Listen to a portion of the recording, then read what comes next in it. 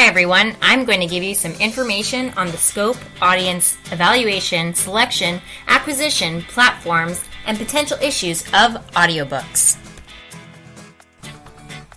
The scope includes books on CD, digital downloads, e-audiobooks, audiobook MP3s, and digital books.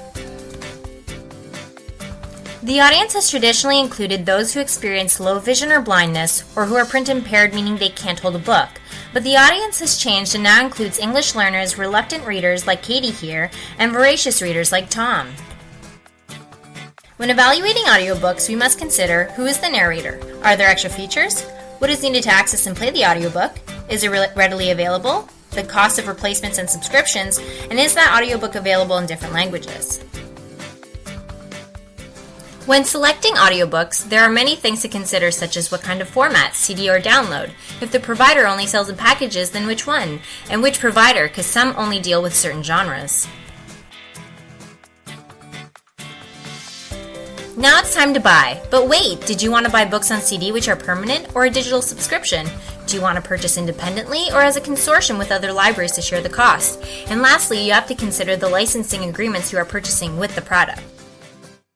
Some audiobook platforms and providers are Overdrive, where you download via a browser, Playaways, which provide a preloaded device, Audiobook Cloud, which streams the content via the internet, Hoopla, which is a streaming service, and One Click Digital, a download service. Now let's discuss some potential issues. It has always been an issue within the library to try to please as many patrons as possible. What if someone's not pleased with the format you have? The platforms all work differently too, so there could be unsatisfaction with that as well. In the case of digital audiobooks, if patrons are using online services and not coming into the library, it becomes harder to add value to the customer experience. There are different kinds of service models for borrowing digital formats. One borrower, one book means that it works the same as it would for a physical book. Unlimited streaming is when many patrons can listen at the same time. Limited streaming means there is a cap on usage and it can max out. We've added another format that libraries have to buy without necessarily increasing the budget, which is another issue.